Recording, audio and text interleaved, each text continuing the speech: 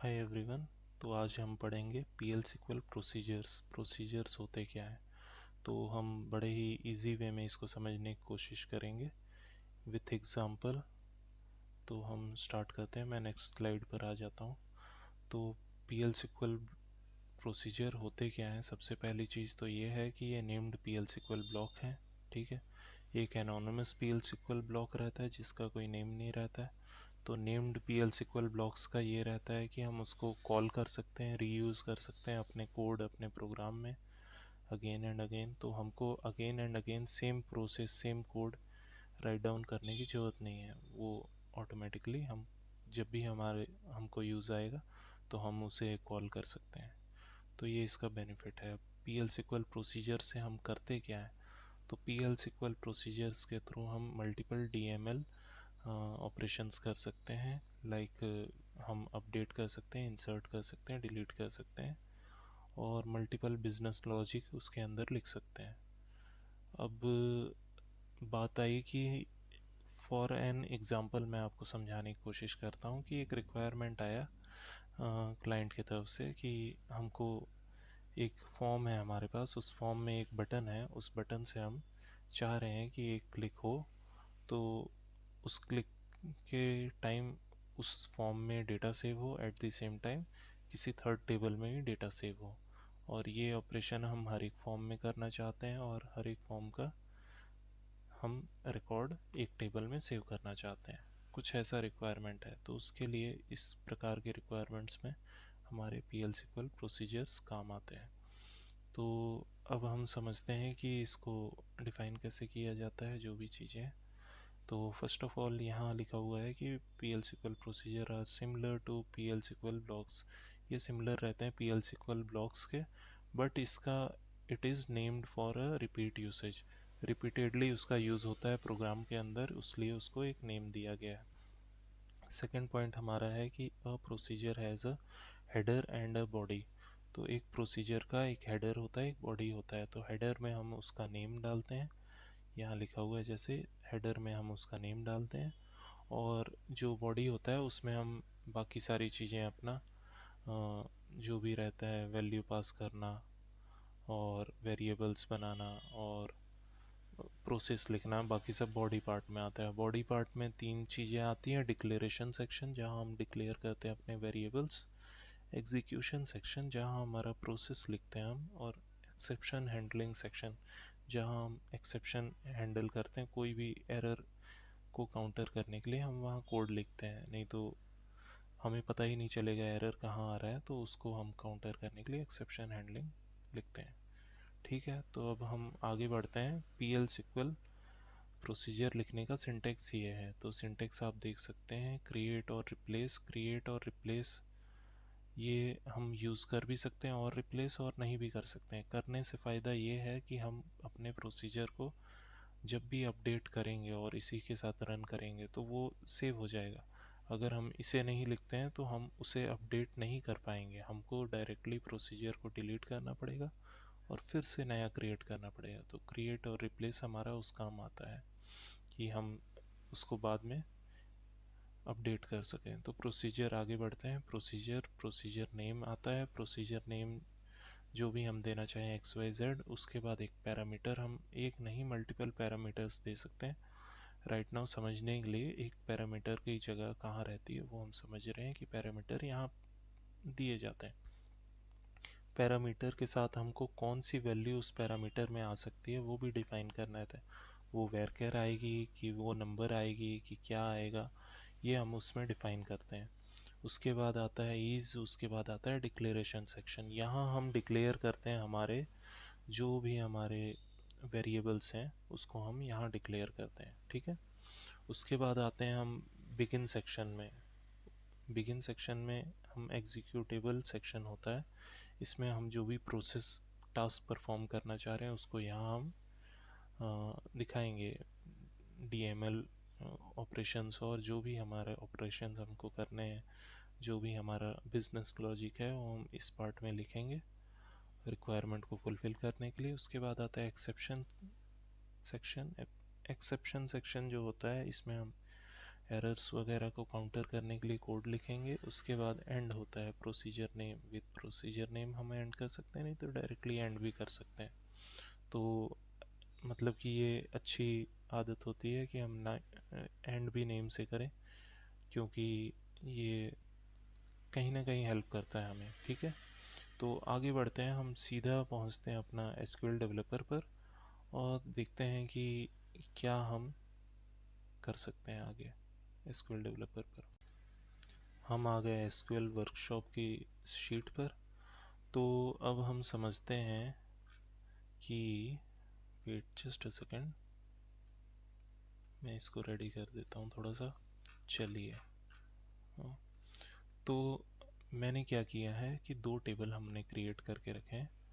एक टेबल है EMP ID और जिसमें हमने एक रो डाला है, 3 कॉलम है, first name and salary and employee ID।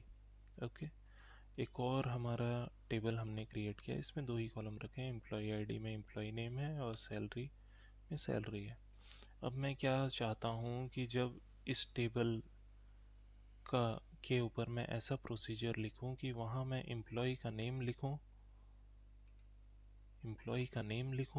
First name, और मैं ऑटोमेटिकली सैलरी उसकी फेच कर पाऊँ, और फर्स्ट नेम और सैलरी को मैं इस टेबल में उठा के लाके सेव कराना चाहता हूँ एक नए रो के आधार पर। ठीक है, तो अब इसके लिए हमें करना क्या है, ये सारे कोड्स जो भी हैं मैं सारे डिस्क्रिप्शन में दे दूँगा, तो आप इस कोड को मॉडिफाई करके रीयूज़ कर सकते हैं या एज इट इज़ चला सकते हैं अपने एनवायरनमेंट में, अपने एसक्यूएल डेवलपर पर। तो क्रिएट टेबल का ये है, EMP IND को क्रिएट किया हमने, फिर एक डेटा इंसर्ट करा दिया, रैंडम डेटा, फिर EMP अपडेट एम्प्लॉय अपडेट को बना लिया, फिर इसमें हमने रैंडम डेटा इंसर्ट करा दिया, दोनों में एक एक कॉलम ऐसे ही फॉर एग्जांपल हमने इंसर्ट करा दिया।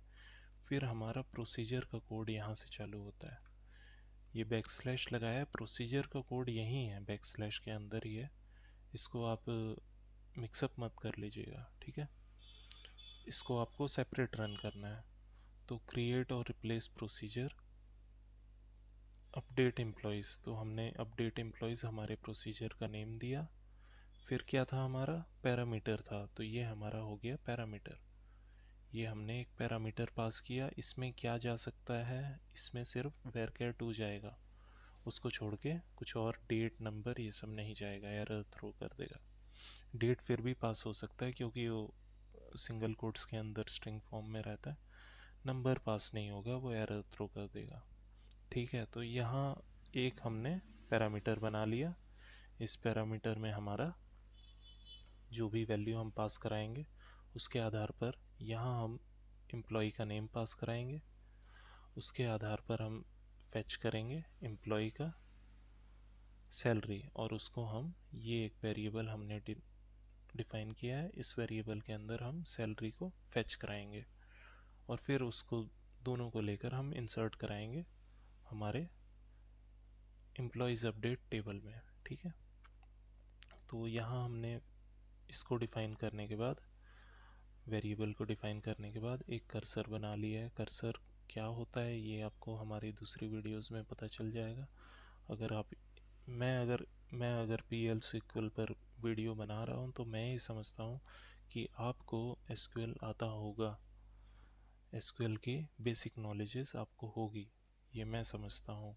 उसके बाद आप PL SQL पर आ रहे हैं, अगर नहीं है तो आप प्लीज़ पहले SQL सीखिए, उसके बाद फिर PL SQL पर आइए, कोई दिक्कत नहीं है, पहले उसे सीख लीजिए उसके बाद फिर इस पर आइए। ठीक है, तो हम आगे बढ़ते हैं। कर्सर जो होता है हमारा, एक वैल्यू को डिक्लेरेशन सेक्शन से हम वैल्यू को, मतलब कि ये वैल्यू को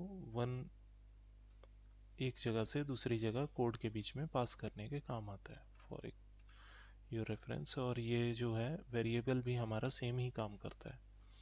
तो वेरिएबल में हम एक ही रिकॉर्ड ले सकते हैं, चाहे इसमें हम मल्टीपल रिकॉर्ड्स भी ले जा सकते हैं, उसको हम बाद में लूप लगा के चलाएं चाहे ऐसे ही चलाएं। ठीक है, सिंगल रिकॉर्ड है तो ऐसे भी चला सकते हैं। तो ये क्या है, सबसे पहले यहाँ देखेंगे आप, तो ये पैरामीटर है हमारा जो यहाँ लिखा हुआ है। इस पैरामीटर को हम यहाँ पास करा रहे हैं, इक्वल करा रहे हैं फर्स्ट नेम के, एम्प्लॉय IND के फर्स्ट नेम से हम, इसमें एक कॉलम है हमारा फर्स्ट नेम, उसके इक्वल करा रहे हैं पैरामीटर। पैरामीटर क्या करेगा, इस टेबल को फिल्टर करके एक रिकॉर्ड निकालेगा जिसकी वैल्यू ये रही। ठीक है, तो फर्स्ट नेम एम्प्लॉय का ये रहा, और फिर उसकी सैलरी हम C1 में फेच कर लिया हमने। यहाँ उस कर्सर को बिगिन सेक्शन में आ गया, एग्जीक्यूशन सेक्शन में ओपन किया। ओपन करने के बाद उस कर्सर के डेटा को, जो कि सैलरी है, उसको हमने फेच कर लिया C नंबर में। C नंबर वेरिएबल हमने इसीलिए बनाया है यहाँ, ताकि हम इसमें वैल्यू अपनी पास करके रख सकें। सैलरी, जो सैलरी है एम्प्लॉय की, उसको हम इसमें पास करा के रख सकें। तो C नंबर पर हमने वैल्यू डाल ली। ये एक बेसिक कोड होता है जिससे हम कर्सर को क्लोज कर सकते हैं। कर्सर को मतलब जब कर्सर में वैल्यू ना मिले तो वो ऑटोमेटिकली क्लोज हो जाए। ये फिर उसके बाद हो गया। फिर उसके बाद इंसर्ट का स्टेटमेंट हमने डाल दिया कि जो भी वैल्यू है वो इंसर्ट हो जाए हमारी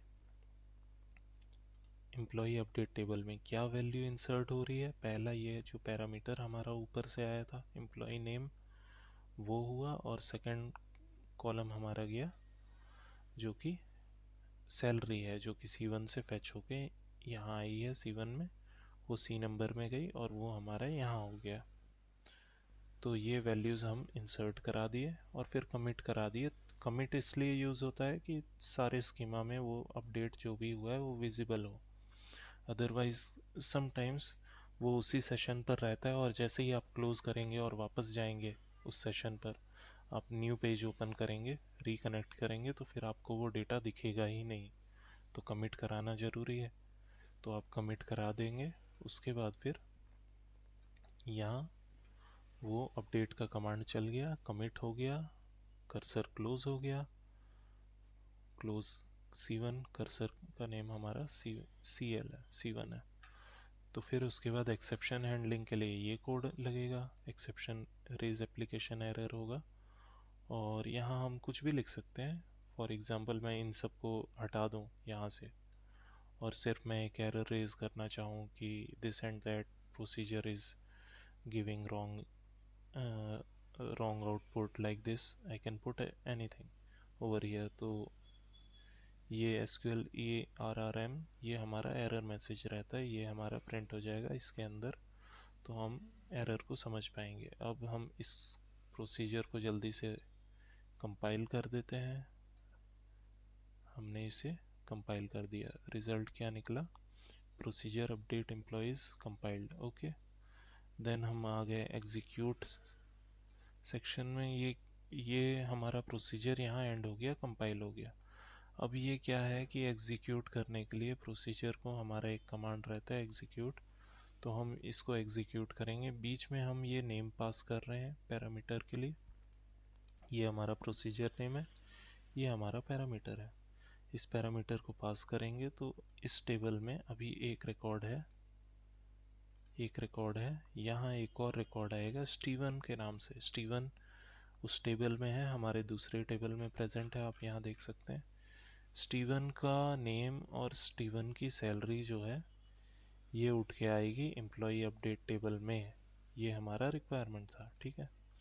तो अब हम आ जाते हैं जल्दी से नीचे, और अब हम इस तरीके से एग्जीक्यूट कर सकते हैं अपने प्रोसीजर को। इसको मैं रन करते के साथ हम देखेंगे एम्प्लॉय अपडेट में एक न्यू एम्प्लॉय नेम जो कि उसका है, क्या बोलते हैं, स्टीवन है, और उसकी सैलरी जो भी हो XYZ, वो यहाँ अपडेट हो जाएगी, इंसर्ट हो जाएगी।